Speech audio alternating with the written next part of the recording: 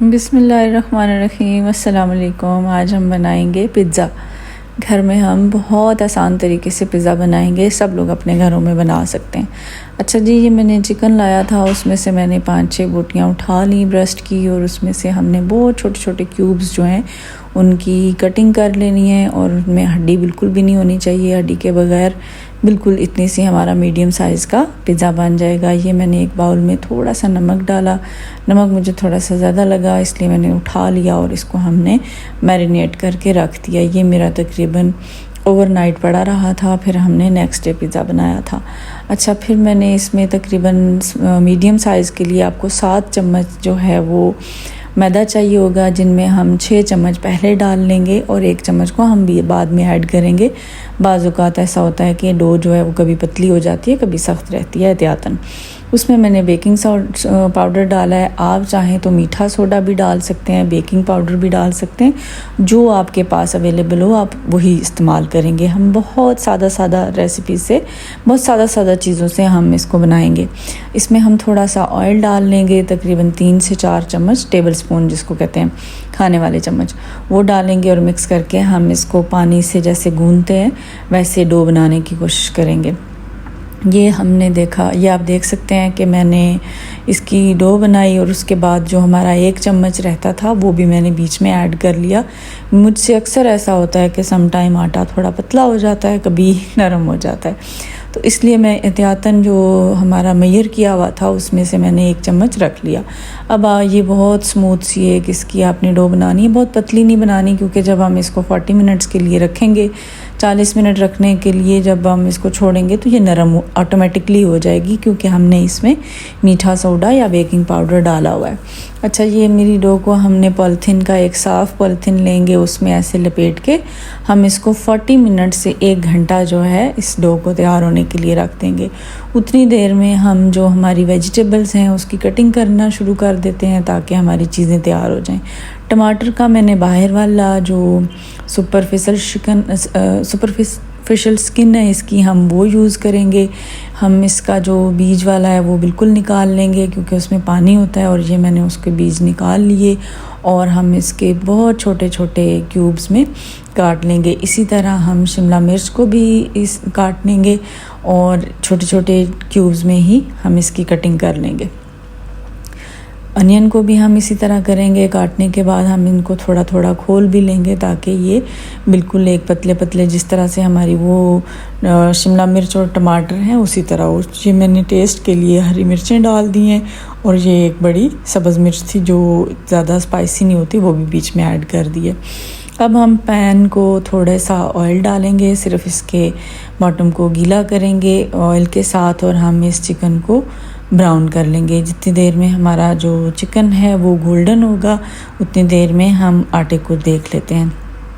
नमक हमने इसमें नहीं डालना, क्योंकि हमने मैरिनेशन के वक्त इसमें नमक डाला था।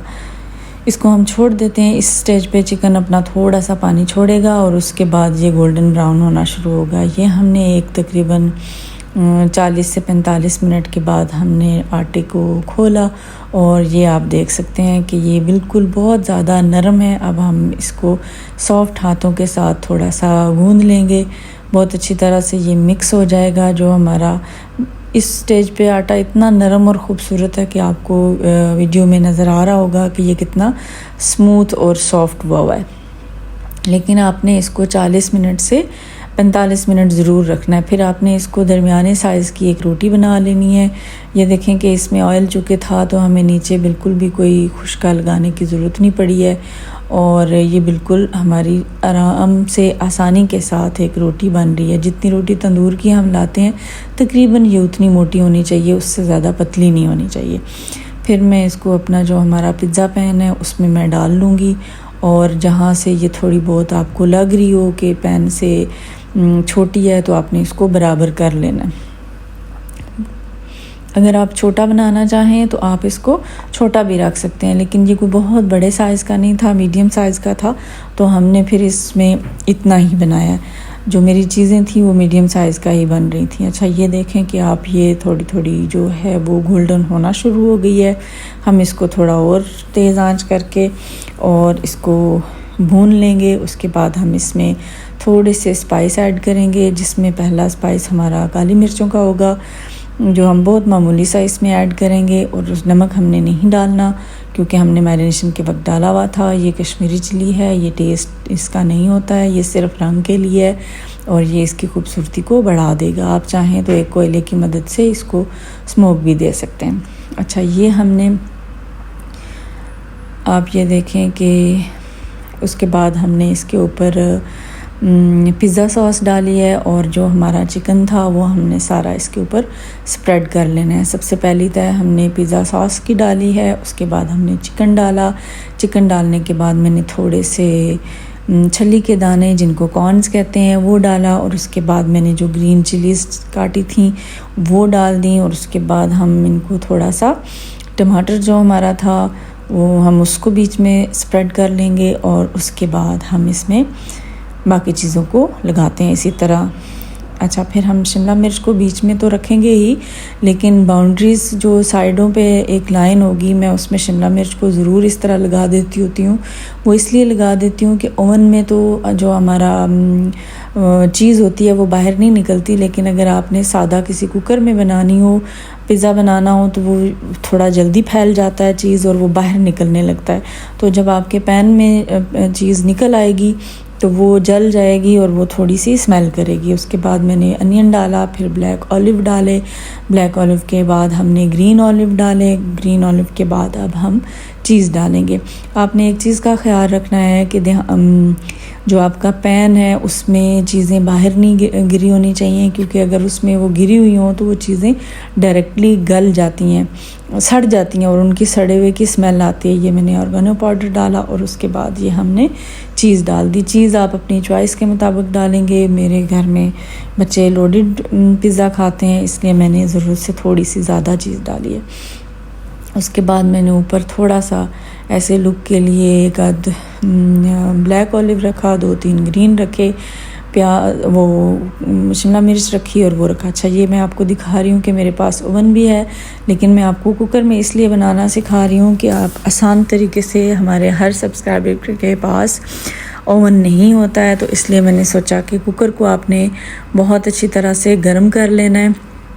कुकर हमारा ठंडा नहीं होना चाहिए, ये आपने बहुत अच्छी तरह से गर्म हुआ होना चाहिए। उसके बाद आपने इसमें अपना जो पिज़्ज़ा का आपका वो है वो रख देना है, ट्रे रख देना है और आपने कुकर को बंद कर देना है और इसके ऊपर सीटी भी लगानी है। नीचे पानी या कोई भी चीज़ नहीं रखनी है, लेकिन कुकर चूँकि हमारा बहुत ज़्यादा गर्म होगा तो उसके बाद आपने इतनी सिम आंच पे रखना है।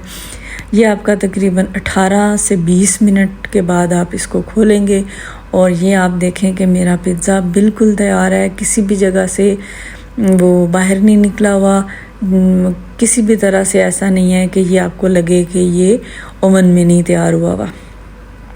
ये बिल्कुल आसान तरीका है। कुकर में हम चूँकि बहुत शुरू से पिज़्ज़ा बना रहे थे, जब हमारे घर ओवन नहीं भी होता था तब से हम बना रहे हैं, तो इसी तरह से बनाते थे। अब तो कुकीज़ भी बनाते हैं तो ओवन में बनाते हैं। उसके ऊपर मैंने जी ये रेड फ्लेक्स जो हैं, जो इसको धरा मिर्च कहते हैं, वो हल्की हल्की कूट के वो डाल ली है। और ये आप देखें कि अब हम इसमें से पिज़्ज़ा पैन से निकाल के हम इसे प्लेट में सर्व कर लेते हैं। इसके बाद मेरे हस्बैंड का काम था, उन्होंने स्लाइसेस में काट के दिया और ये मैं आपको एक स्लाइस उठा के भी इनको कहूँगी कि ये दिखाएं आपको, तो आप इसको देखें कि ये मेरा पिज़्ज़ा कितना अच्छा। और इसकी जो सबसे मज़े की बात थी, बाज़ात ऐसा होता है कि डो में ना थोड़ा सा प्रॉब्लम आता है जो पिज़्ज़ा की होती है, लेकिन इसकी जो रोटी थी पिज़्ज़ा की, पिज़्ज़ा ब्रेड थी, वो बहुत अच्छी और स्मूथ बनी हुई थी, बहुत टेस्टी था। आप भी बनाइएगा और मुझे ज़रूर बताइएगा। आप मेरी वीडियोस को देखते हैं, मैं देखती हूँ 100+ लोगों ने देखा होता है, लेकिन लाइक्स जो होते हैं वो 10 से 12 ही होते हैं। आप मुझे जितना देखेंगे और मुझे अच्छा लगेगा, ये देखें कितना ज़बरदस्त पिज़्ज़ा।